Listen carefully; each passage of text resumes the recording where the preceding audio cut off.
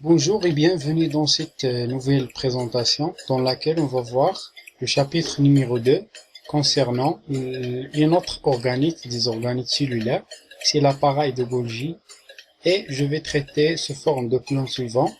Premièrement, la structure de l'appareil de Golgi, et on va voir par la suite leur composition chimique et les rôles physiologiques qui ont assurés par cet organite cellulaire. Donc, premièrement, la découverte pour la première fois de l'appareil de Golgi, c'est le travail de Camillo Golgi. Donc, Camillo Golgi est né à Corteno, en Italie.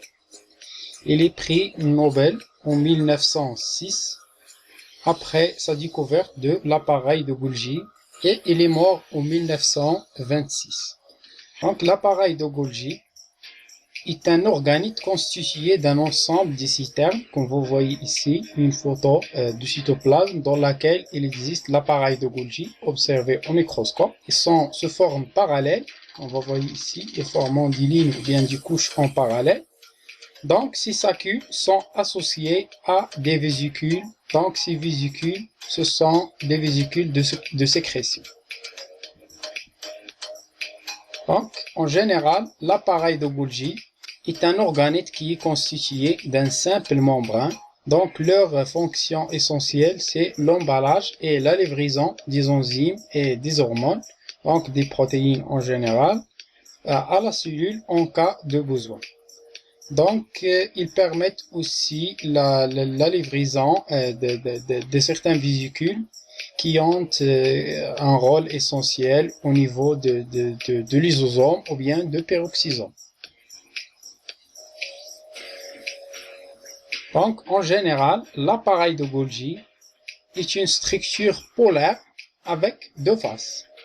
Une face externe, ou bien la face 6, au voisinage du réticulum endoplasmique, et une autre face qui est interne, ou bien dite aussi face trans-golgien. Donc, à la périphérie de la face trans-golgien, il existe un réseau trans-golgien par laquelle sortant des molécules soit vers les lysosomes ou les vésicules de sécrétion ou vers la surface cellulaire. Donc maintenant, on va voir la composition chimique de cet organite. Donc, il est constitué généralement de 35 à 40% des protéines et de 60 à 65% des lipides et surtout les phospholipides, avec un nombre important de certains enzymes. Donc, la particularité de l'appareil de Golgi, c'est que cet organite contient beaucoup de glycosyltransférase. Donc, un nombre important de glycosyltransférase signifie quoi? Signifie que l'appareil de Golgi, il a un rôle très important durant le mécanisme de la glycosylation des protéines.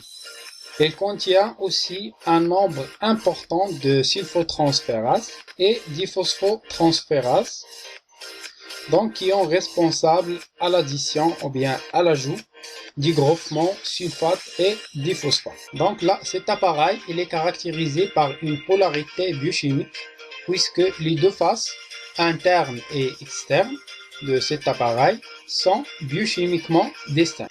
Et donc maintenant, on va voir les rôles physiologiques de l'appareil de Golgi. Donc premièrement, c'est la glycosylation des protéines, c'est l'addition du groupement glycidique à la protéine. Donc la glycosylation des protéines, mieux synthétisée, c'est un mécanisme biologique qui commence dans le réticulum endoplasmique, et on parle de première étape de la glycosylation des protéines et se termine au niveau de l'appareil de Golgi, c'est la glycosylation secondaire. Et je t'invite de consulter cette playlist consacrée aux biologies cellulaires dans laquelle vous pouvez trouver assez d'informations concernant le réticulum endoplasmique. Donc, le deuxième rôle de l'appareil de Golgi, c'est la sulfatation. Et alors, c'est quoi cette réaction?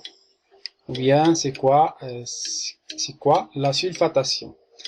Donc, la sulfatation, c'est la fixation des radicaux sulfatés à un glycoprotéine, ce qui donne la glycoprotéine sulfate, ou bien on appelle les mycopolysaccharides. Donc, un mycopolysaccharide est un glycoprotéine sulfatée qui se trouve légèrement au niveau du tissu conjonctif. Donc, en résumé, la sulfatation, c'est la fixation d'un résidu sulfaté sur les glycoprotéines. Donc, en général, cette réaction de sulfatation, elle produit un glycoprotéine sulfaté ou bien un mycopolysaccharide. Et donc, les polypeptides qui ont mieux synthétisé subissent d'autres modifications, parmi eux la phosphorylation, et on a ici l'exemple de la procatipsine. Donc, certaines protéines pouvant être phosphorylées dans cet organite, par exemple la procatipsine. Donc, en général, la catipsine quitte le réticulum endoplasmique, se forme de proenzyme. Proenzyme, c'est-à-dire qu'il n'est pas encore mature ou bien qu'il est non fonctionnel. Autrement dit, un proenzyme ou bien procatipsine, c'est un enzyme qui n'est pas encore capable de catalyser les réactions biochimiques dont il est produit. Et donc, au niveau de la phase 6 golgienne, un mannose de la branche interne est enlevé par la monosidase et ensuite la N-glycosylamine phosphotransférase, c'est un enzyme. Donc, il catalyse la réaction de l'addition d'un N-acétylglycosamine, voilà ce groupement, sur le carbone 6 d'un mannose de procatipsine. Donc, après, le procatipsine passe vers le compartiment médian ou bien interne de l'appareil de Golgi. Et donc, dans cette partie, le groupement N-acétylglycosamine est éliminé, comme vous voyez ici. Il est enlevé de la structure de procatipsine par l'enzyme spécifique N-acétylglycosaminide 1-phosphodiester. Et voilà donc le mannose contient seulement le groupement phosphate. Donc, vous voyez ici. Il s'agit donc de la catipsine mature ou bien de la catipsine qui est à l'état actif. Donc la catipsine mature contient le mannose 6-phosphate qui sert comme groupement phosphoglycidique de destination vers le lysosome. Donc les catipsines, c'est une famille de protéases qui tient une place importante dans la dégradation des protéines par le lysosome. Donc, l'appareil de Golgi, il est aussi impliqué dans le phénomène de la sécrétion cellulaire. Donc, quand les protéines atteignent le Golgi, comme l'exemple de la catipsine, elles sont modifiées, triées et emballées par la sécrétion en dehors de la cellule. Donc, la sécrétion en général par l'appareil de Golgi, on peut le subdiviser en deux types.